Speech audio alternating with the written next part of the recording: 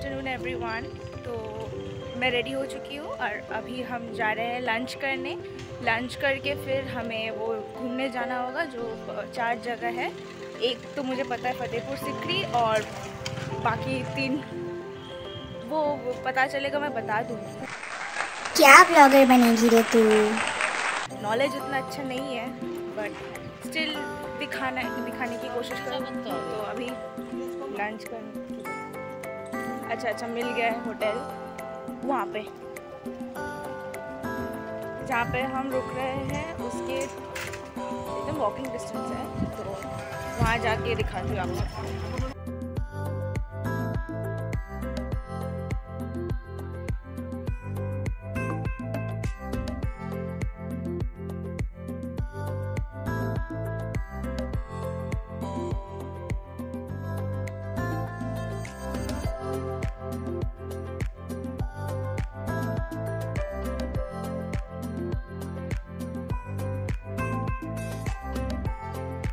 Lunch करके वापस आ गए एंड सच बात बताऊँ तो लंच उतना भी खास नहीं था। Could have been better and also time बहुत कम है, घूमने भी जाना है and plus the lunch came late. तो अभी बहुत कमोशन है, सब कवर हो पाएगा कि नहीं I am not sure, but जितना हो सकेगा मैं दिखाने की कोशिश करूँगी। और ये गाड़ी आ गई शायद, चलिए आपको दिखाते हैं। तो बैठ गए हम लोग गाड़ी में और अभी गाड़ी चल we are trying to cover at least the Agra fort and Fatehpur Sikri. मैं बार बार यही बोल रही हूँ, कितना हो पाएगा भगवान जाने, भगवान ही जाने सच में। तो जाते हैं वहाँ पे, आपको दिखाते हैं। मेरा मुँह काला क्यों आ रहा है? So here guys we have reached the Agra Fort। बहुत ही सुंदर है, अंदर जाके दिखाती हूँ। यहाँ पे टिकट लेना पड़ेगा, फिर यू कैन गो इनसाइड। बहुत सुंदर है, इसके बारे में बहुत सुना है, आप लोगों से आपको दिखाऊंगी भी। तो इंडिया में one of the best historical monuments अगर कोई देखना चाहे तो Agra fort should be on your list. ये फोर्ट मुग़ल एम्परर अकबर ने ईयर 1565 में बनवाना स्टार्ट किया था एंड ये जाके ईयर 1573 में कंप्लीट हुआ। ये फोर्ट कम से कम 2 से 2.5 किलोमीटर की दूरी पे है फ्रॉम ताजमहल। अंदर घुसते ही आपकी सिक्योरिटी चेकिंग होगी। अगर आप अपने साथ फूड, किताब, ट्राइपॉड या फिर कुछ भी नॉट अलाउड लेकर जाए तो वो आपको क्लॉक रूम में जमा करना होगा, देन यू आर अलाउड।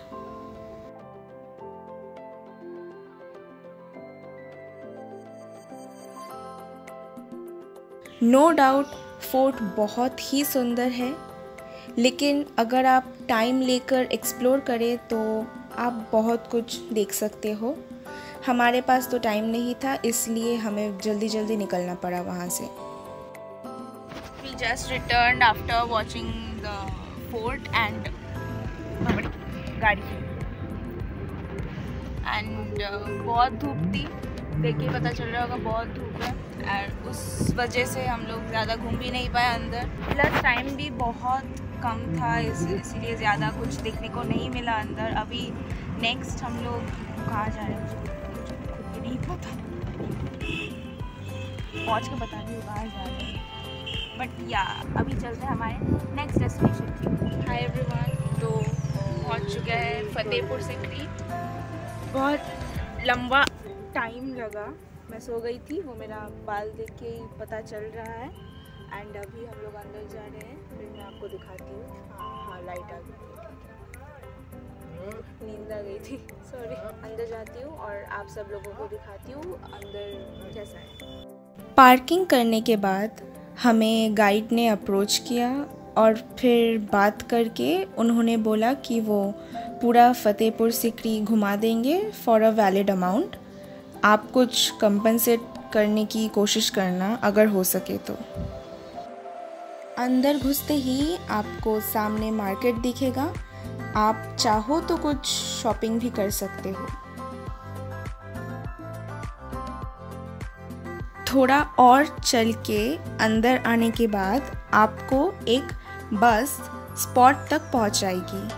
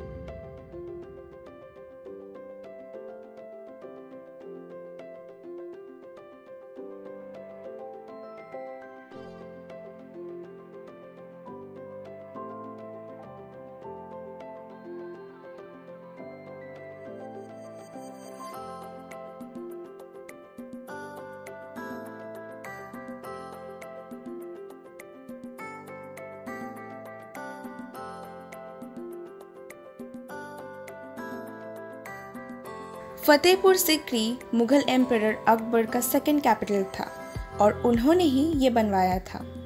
ये जगह 2 पार्ट्स में डिवाइडेड है।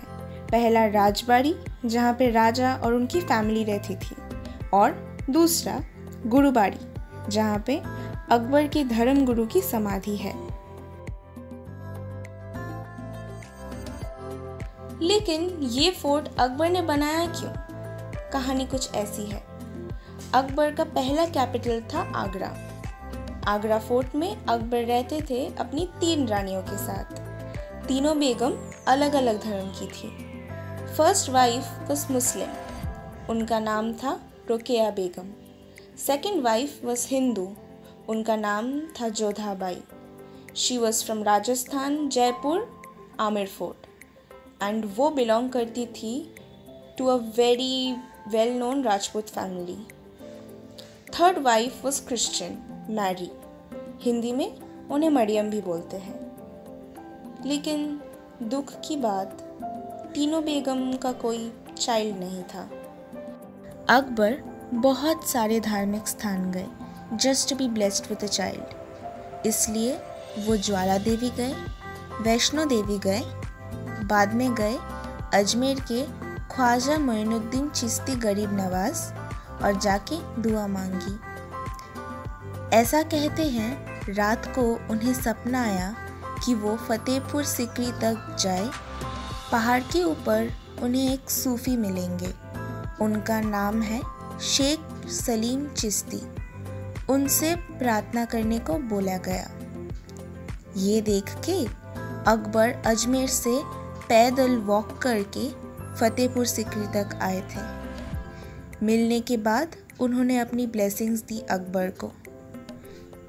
इसके ठीक 1 साल बाद अकबर को अपनी हिंदू बेगम से एक बेटा लाभ हुआ। बेटे का नाम पहले दिया सलीम, बाद में नाम दिया जहांगीर। बेटे के जन्म के बाद अकबर बहुत खुश हो गए। बेटा होने की खुशी में उन्होंने तब ये पूरा फोर्ट बनाया। फोर्ट बनने में 12 साल लगे। करीब 20,000 लोगों ने मिल के काम किया। लेकिन अकबर सिर्फ यहाँ पे 16 साल रुके। ये जगह छोड़ के वो गए लाहौर। ये था उनका 3rd कैपिटल।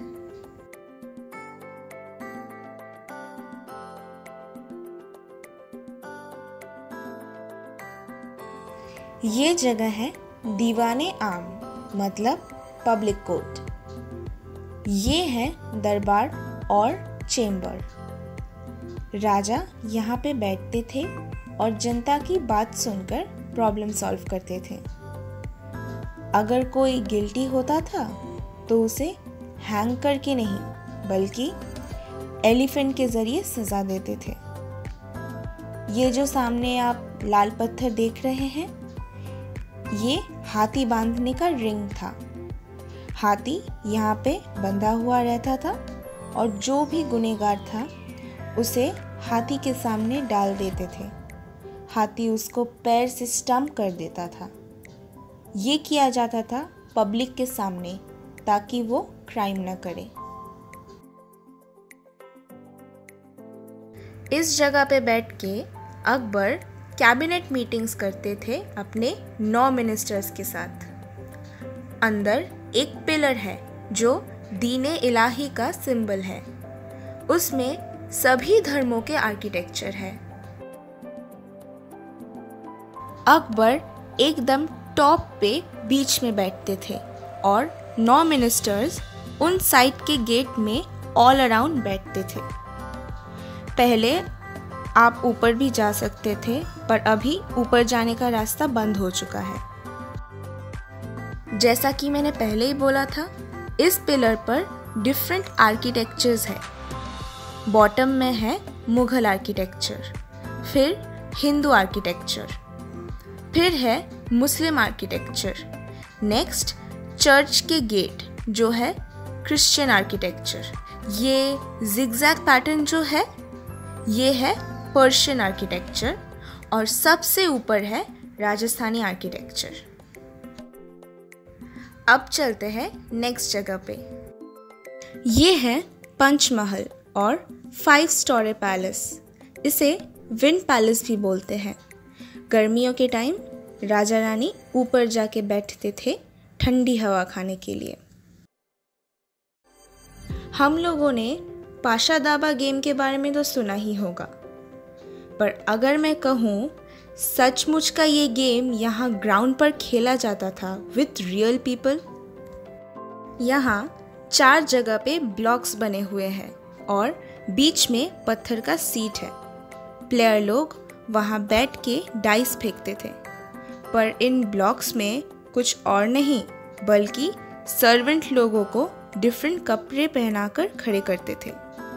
यहाँ पर बहुत सारी फिल्म्स की शूटिंग भी हो चुकी है। यहाँ पे होता था मदरसा।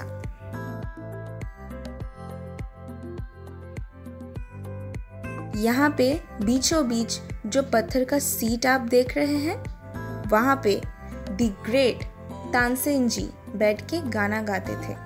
ये उनका स्टेज हुआ करता था। राजा और बाकी वीआईपी लोग बालकनी में बैठते थे और गाना सुनते थे।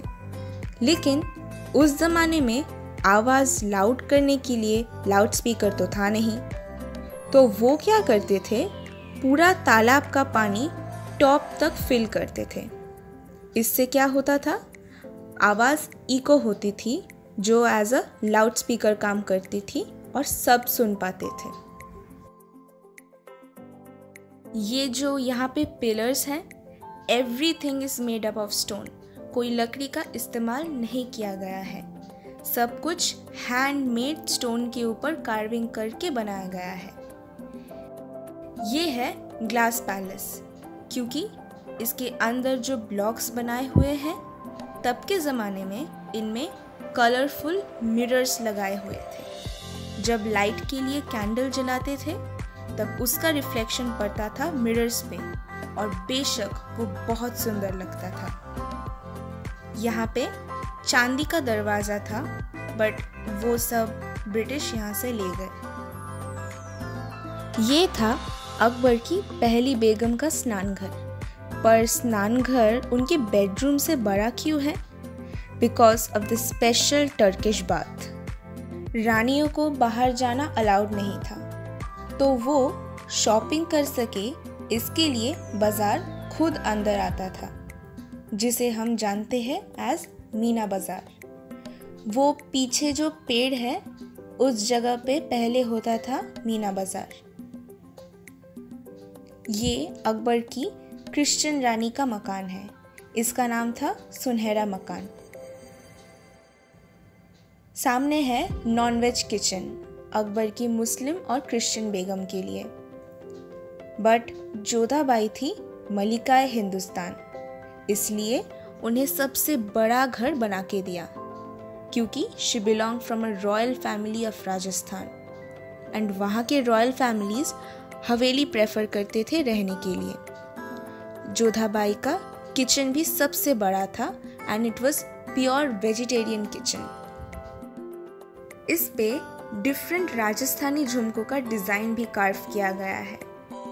ये पूरा बिल्डिंग सिर्फ एक रानी के लिए था, दैट इज जोधाबाई। उनके लिए डिफरेंट बेडरूम्स भी थे। क्यों?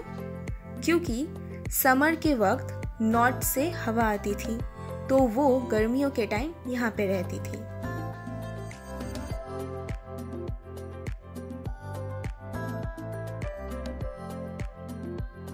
और ये है विंटर बेडरूम जो साउथ की तरफ है।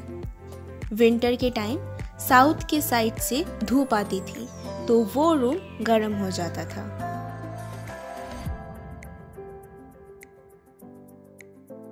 ग्राउंड फ्लोर में रानी के सर्वेंट्स रहते थे और ऊपर के 4 रूम में रहते थे रानी के बॉडीगार्ड। सामने था मंदिर जहाँ पे रानी भगवान कृष्ण का पूजा करती थी। उस जमाने में भगवान की चांदी और सोने की मूर्ति थी, पर वो सब ब्रिटिश अपने साथ ले गए।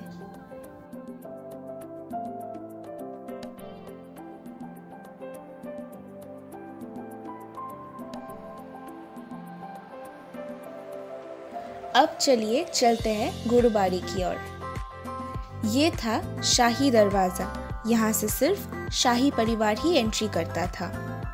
उससे पहले मैं बता दूं, अंदर शूज़ अलाउड नहीं है, तो आपको बाहर जमा रख के फिर अंदर जाना होगा। ये सामने आप देख सकते हो जो दरगाह है, ये अकबर के गुरु सलीम चिश्ती का दरगाह है। जब उनके गुरु देहांत हुए तब अकबर ने उनकी समाधि यहाँ पे बनवाई। यहाँ पे आज भी लोग प्रार्थना करते हैं अपनी मनोकामनाएं पूरी करने के लिए। और ये है एशिया का सबसे बड़ा गेट, बुलंद दरवाज़ा। ये जो आप इतने सारे समाधि देख रहे हो, ये सब अकबर के गुरुजी के परिवार का है। उनके फैमिली में से जो भी नहीं रहता है, उनको यहाँ पे आके दफना देते हैं। ये है तब के ज़माने का एसी या फिर कूलर कह लो। इसके पीछे जो झील है उसमें से पानी ठंडा होके यहाँ से आती थी। इनफैक्ट आज भी इसमें से ठंडी हवा आती है। इसे लोग बोलते हैं अनारकली का सुरंग, पर ये एक्चुअली में था एक सीक्रेट अंडरग्राउंड रास्ता। अनारकली एक डांसर थी और अकबर का बेटा उससे बहुत प्यार करता था। इनफैक्ट शादी भी करना चाहता था, लेकिन अकबर को ये बात एकदम पसंद नहीं थी कि उनका बेटा अनारकली से शादी करे। जैसा हम जानते हैं, अकबर ने अनारकली को जिंदा चुनवा दिया था, पर सिर्फ दुनिया को दिखाने के लिए।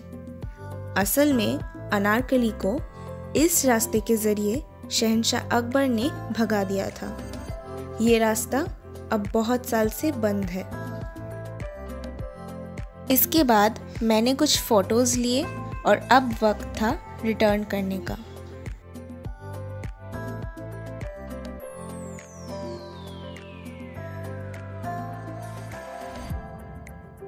आज मैंने बहुत एंजॉय किया एंड आई होप आपको भी वीडियो देख के बहुत अच्छा लगा। If you did, please leave a like down below. Subscribe to my channel if you haven't.